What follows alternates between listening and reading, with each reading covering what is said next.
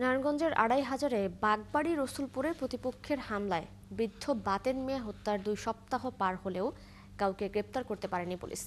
অভিযুক্তের লোকজন মামলা তুলে নিতে নিহতের পরিবারকে হুমকি দিচ্ছে বলে অভিযোগ করেছেন স্বজনেরা। তবে পুলিশ বলছে হত্যা মামলায় জড়িতদের গ্রেপ্তারে পুলিশ তৎপর রয়েছে। রিয়াজ হোসেনের তথ্য ছবিতে প্রতিবেদন।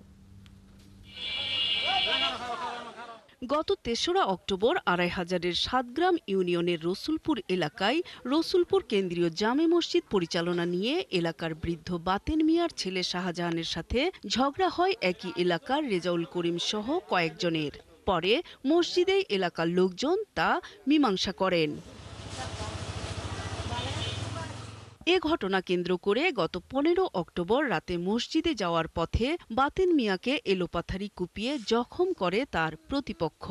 গুরুতর অবস্থায় বাতেনকে ঢাকা মেডিকেল কলেজ হাসপাতালে ভর্তি করা হলে পরদিন ১৬ অক্টোবর মারা যান তিনি। এই ভাইদের মৃত্যু আমরা কল্পনাও জানছি না। এই যে ভাই বোন ভোলাভা নষ্ট ৯ জন, এটা আমরা কিভাবে সংসারী চলবো? আমার বাবাই ছুটার জন্য অনেক চেষ্টা করছে, করে দেখে দৌড় দিছে। তখন আমার বাবার এই বিয়ার মাঝে কুবাইছে আর মারছে, কম অবস্থায় কেলে গিয়া। এ ঘটনায় নিহতের বড় ছেলে শাহজাহান বাদী হয়ে রেজাউল করিম সহ ২৪ জনকে আসামি করে ২৫০০ থানায় একটি হত্যা মামলা দায়ের করেন। ঘটনার প্রায় ২ সপ্তাহ পার হলেও পুলিশ অভিযুক্ত কাউকে গ্রেপ্তার করতে পারেনি।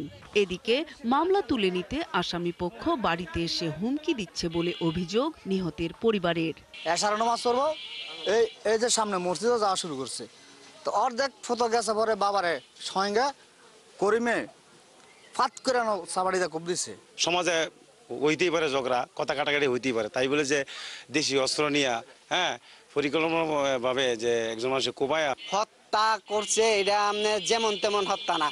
একটা মানুষকে এইভাবে এই রসুলপুর আদর্শ গ্রামে এইভাবে হত্যা করব, এটা কল্পনার বাইরে। এ বিষয়ে নারায়ণগঞ্জ জেলা পুলিশ জানায় অভিযুক্তদের গ্রেপ্তারে পুলিশি তৎপরতা অব্যাহত রয়েছে। এছাড়া আসামি পক্ষের কেউ যদি হুমকি দিয়ে থাকে সে ব্যাপারেও ব্যবস্থা নেওয়া হবে।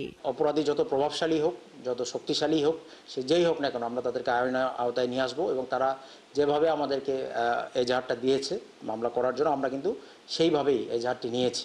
মামলা তুলে নেয়ার হুমকিতে ঘরছাড়া হয়েছে নিহতের পরিবারের অনেকেই।